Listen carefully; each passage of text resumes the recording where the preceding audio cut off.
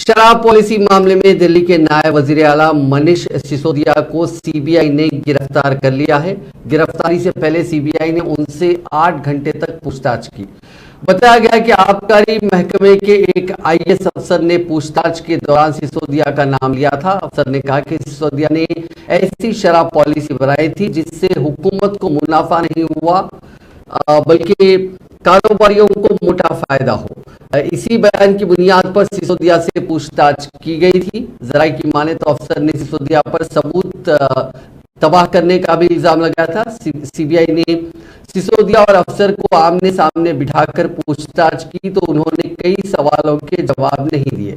यही सिसोदिया की गिरफ्तारी की वजह बनी। सिसोदिया को कल कोर्ट में पेश किया जाएगा। शिक्षा मंत्री